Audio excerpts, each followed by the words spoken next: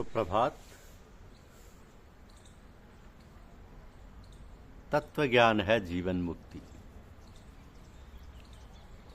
तत्व ज्ञान है जीवन मुक्ति, यह हमारी आज की आध्यात्मिक चर्चा का विषय है।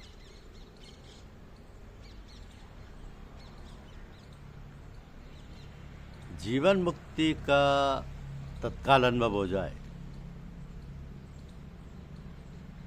यह अनुभव भी इतना सहज और स्वाभाविक है कि जैसे शंकर सहज स्वरूप समारा, लागी समाधि अखंड अपारा। केवल आपको उधर दृष्टि डालनी है और कुछ नहीं करना है। वो आप सबका अनुभव है, परंतु आप उधर ध्यान देते नहीं, उसको महत्व नहीं देते हैं, इतनी सी बात है। बाल्यावस्था से अभी तक आपका शरीर बदला है, भाव बदले, विचार बदले, देश काल वस्तु व्यक्ति परिस्थिति घटना सब बदले हैं,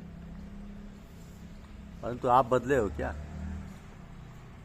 कोई स्वीकार नहीं करेगा कि मैं बदल गया। शरीर के बदलने से अपना बदलना मान लेते हैं, पर शरीर बदलता है, आप नहीं बदलते। आपके शरीर के बदलने का ज्ञान है। बाल्यावस्था, युवावस्था, वृद्धावस्था, शरीर की हुई, आपकी अवस्था कहाँ हुई? आप तो अवस्था को जानने वाले हो, जानने में आने वाला बदला है, जानने वाला नहीं बदला। केवल उसकी तरफ ख्याल करना कि मैं बदलने वाला नहीं हूँ, इसमें क्या परिश्रम है? ईश्वर अंश जीव अविनाशी। इस अविनाशीपन का आप अनुभव करो कि शरीर विनाशी और मैं अविनाशी हूँ। इतनी बात है, लंबी चौड़ी बात नहीं। मेरी स्थिति में नहीं बदलना है, बदलना मेरी स्थिति नहीं है, प्रत्युत शरीर की स्थिति है। अब बाल्यावस्था, युवावस्था, वृद्धावस्था, इन तीन अनुभवों का या तीन अवस्थाओं का आपको अनुभव है, शरीर को अनुभव नहीं है। अनुभव आप करते हो, शरीर क्या अनुभव करेगा? ऐसे जागृत, स्वप्न, सुसुप्ति का आप अनुभव करते हो। आप जागृत भी रहते हो, स्वप्न में भी रहते हो और सुसुप्ति में भी रहते हो। तो आप जागृत में और स्वप्न में रहते हो, इसका तो आपको अनुभव होता है, पर आप सुसुप्ति में रहते हो, इसका अनुभव करने में थोड़ा जोर पड़ता है। मैं किस जगह सोया, कब सोया, यह ज्ञान सुसुप्ति में नहीं है, परंतु जागृत और स्वप्न में देश काल आदि का ज्ञान है। अतः देश काल आदि के अभाव का ज्ञान भी आप में है और इनके भाव का ज्ञान भी आप में है।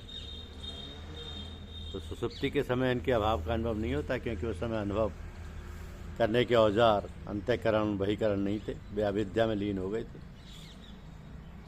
परंतु सुसुप्ति से जगने पर आपको अनुभव होता है कि मैं वही हूँ जो सुसुप्ति से पहले था, परंतु बीच में मेरे को कुछ पता नहीं था। अतः सुसुप्ति के समय जागृत और स्वप्न के ज्ञान का अभाव था, पर आपका अभाव नहीं था। यदि आपका अभाव होता तो मेरे को कुछ पता नहीं होता था। ऐसा कौन कहता? ऐसी गाढ़ नींद आई कि मेरे को कुछ पता नहीं रहा, कुछ पता नहीं। इस बात का तो पता है ना, जैसे बाहर से कोई आवाज़ दे कि अमुक आदमी घर में है कि नहीं, तो भीतर से एक आदमी कहता है कि वह आदमी घर में नहीं है, परंतु ऐसा कहने वाला भी नहीं है क्या? अगर कहने वाला नहीं है तो वो आदमी घर में नहीं है। तो कौन कहता? ऐसे सुसुप्ति में अगर आप नहीं होते तो मेरे को कुछ भी पता नहीं था, ये कौन कहता? जागृत तो स्वप्न में ज्ञान रहता है, सुसुप्ति में ज्ञान नहीं रहता। तो ज्ञान के भाव और अभाव दोनों का ज्ञान आप में है। अप्रत्यक्ष प्रमाण है कि आप अवस्थाओं की गिनती कर लेते हैं। जागृत, स्वप्न और सुसुप्ति, इन तीनों अवस्थाओं का आपको ज्ञान है, तभी आप इन तीनों की गिनती करते हो। अगर इन तीनों में आप नहीं रहते, तीनों का आपको ज्ञान नहीं रहता, तो इनकी गिनती कौन करता? तो बाल्यावस्था से अभी तक आप सब अवस्थाओं में और जागृत, स्वप्न और सुसुप्ति अवस्था में आप रहते हो, पर अवस्था नहीं रहती। जो नहीं रहता वो संसार और शरीर है, जो रहता है वो तो परमात्मा का साक्षात अंश है। मैं अविनाशी हूँ, इसका ज्ञान कराने के लिए ये बात कह रहा हूँ। आपके सामने आने वाली अवस्थाएं विनाशी हैं, परिस्थितियाँ विनाशी हैं, घटनाएं विनाशी हैं, देश काल और क्रिया विनाशी है, परंतु आप अविनाशी और देश काल क्रिया वस्तु व्यक्ति आदि सबके भाव अभाव को जानते हो। आप अविनाशी और चेतन अबल तथा सहज सुख राशि हो। तो ईश्वर अंश जीव अविनाशी, चेतन अमल सहज सुख राशि। आप चेतन हो, चेतन किसको कहते हैं?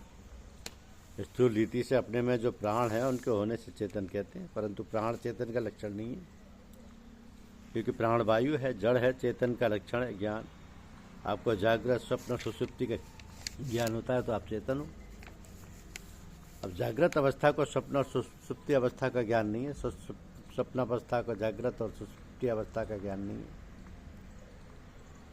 सुषुप्ति अवस्था को जागृत और स्वप्न अवस्था का ज्ञान नहीं है, तो अवस्थाओं का ज्ञान नहीं है, शरीरों का ज्ञान नहीं है। प्रत्युत आपको ज्ञान है क्या? तो आप ज्ञान स्वरूप हुए, चेतन। आप अमल हो, राग द्वेष हर्ष शोक अनुकूलता प्रतिकूलता को लेकर जितने विकार है सब मल। तो जितना मल आया है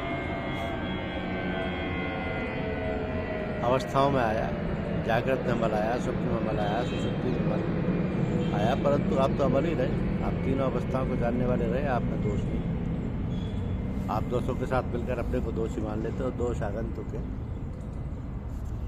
और आप आगंतुक नहीं हो, यह प्रत्यक्ष बात है। दोष निरंतर नहीं रहते पर आप निरंतर रहते हैं। शोक चिंता भय द्वेग राग द्वेष हर्ष शोक ये सब जाने वाले हैं, ये सब आने जाने वाले हैं और अनित्य हैं।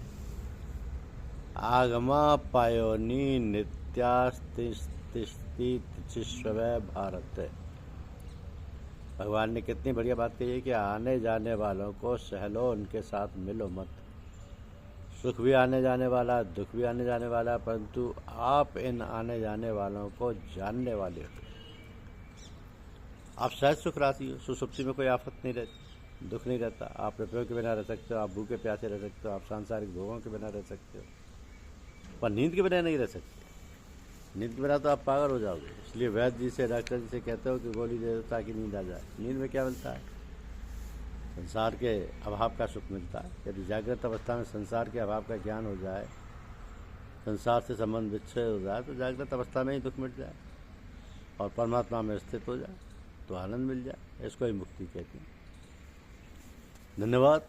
यूट्यूब चैनल को लाइक और सब्सक्राइब अवश्य कीजिए। शुक्रिया।